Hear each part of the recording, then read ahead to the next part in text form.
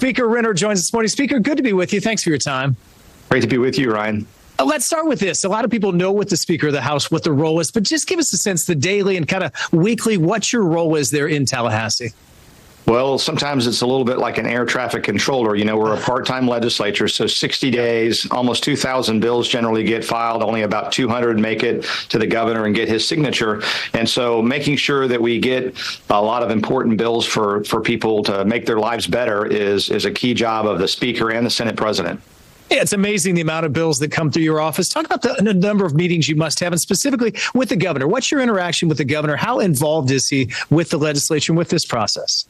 Well, he's very involved, and we have a very good relationship. You know, last year, some called it the session of the century, where we did universal choice, we did affordable housing, many things that ended Wild West litigation. And again, this year now we're doing big things in healthcare with social media and HB1. And so we have a very good relationship with the governor, and we obviously all three of those parties, the Senate, House, and governor, are constantly working together to try to get these bills in the very best posture possible before they become law.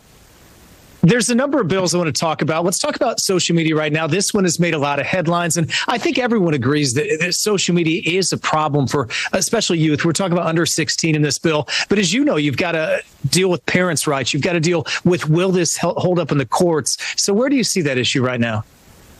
Well, look, I don't know what the courts will do. We believe that our bill is directed toward technology, not toward content that would run afoul of the First Amendment. And what's happening with these particular platforms, and again, it's narrowly tailored, not for all of the internet, but for platforms that track our kids' data, use algorithms to target them with marketing, but especially that use addictive technology that get them on the platform and keep them on the platform for hours and hours in a way that is extremely profitable, but also extremely damaging to many of our kids' mental health.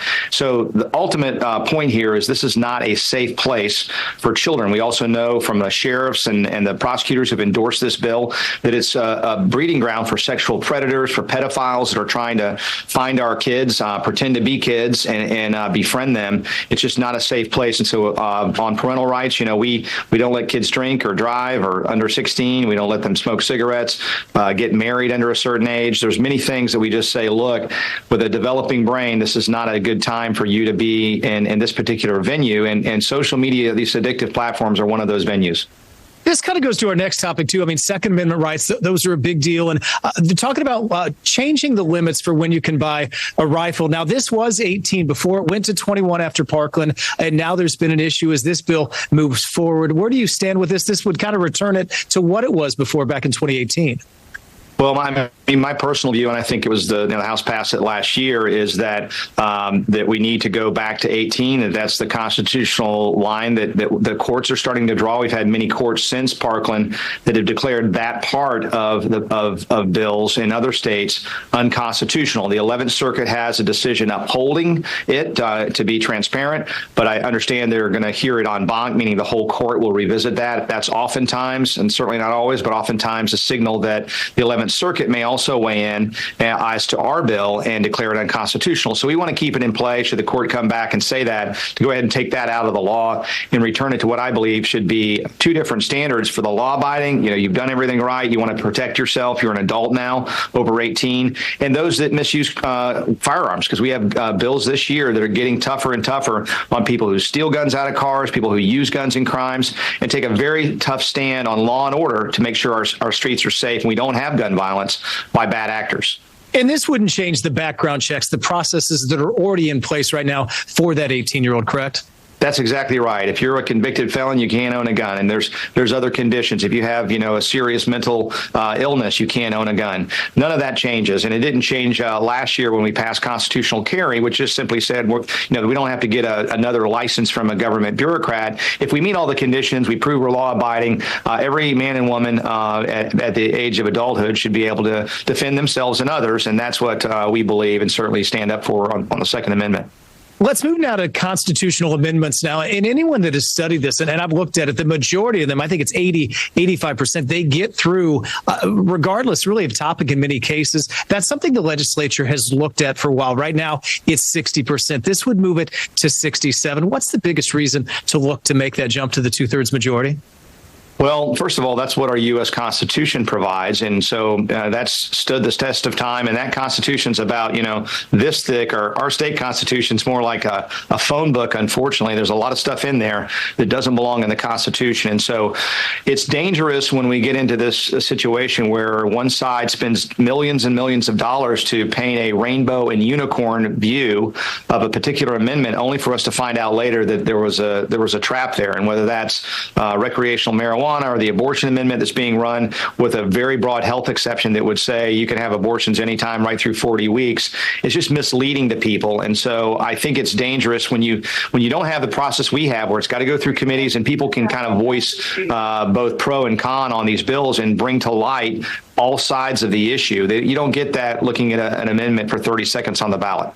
Yeah, this is, as you know, a presidential election year is when you get a lot of these amendments on the ballot. So if this goes through, if it becomes law, this would take effect for this November election, correct? That's right. And we already have some. We're hoping to put up one that I do support. It does have to be in the Constitution because it's property taxes. The $50,000 homestead exemption that benefits first-time home buyers, seniors on fixed income. If you adjusted it for inflation, should be $139,000. And unfortunately, the voters have not been willing to expand that exemption. So we at least want to make sure it still gets adjusted for inflation, so that in the future, that $50,000, maybe 52 or 55, as inflation goes up. We've seen it go up 20%, and yet our homestead exemption just gets less and less valuable.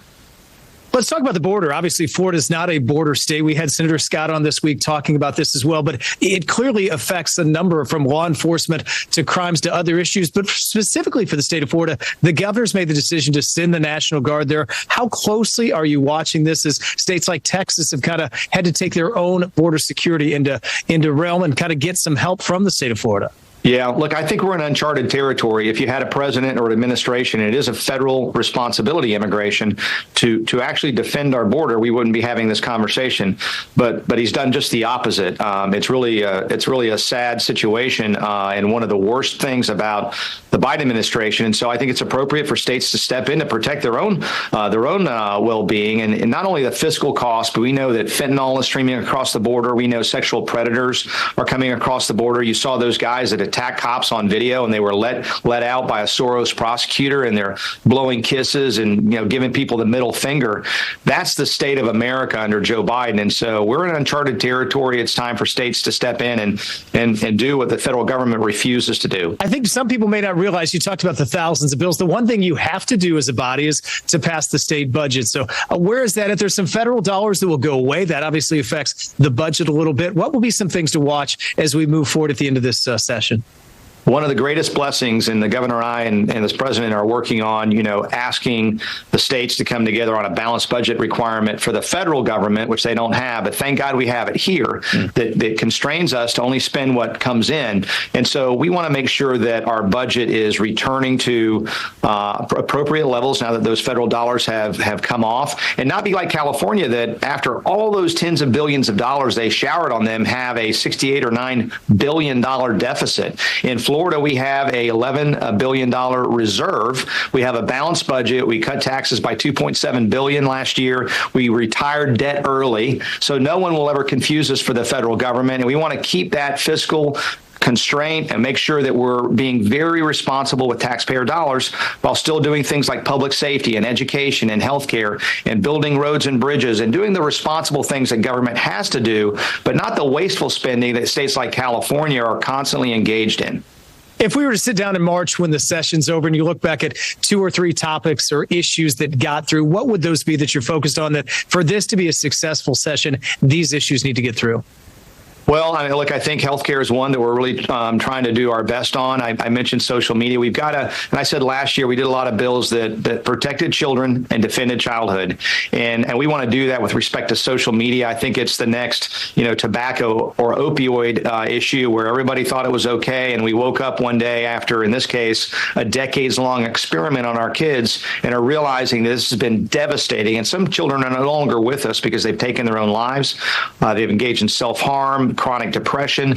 We should not ruin our kids' childhood by allowing them on these platforms. Give us a sense from when the session starts to even now, kind of at the midway point, how things can change where you think you're going a certain direction and the legislature has to pivot a little bit, things that can impact that, how this all changes until the final hurdle is crossed.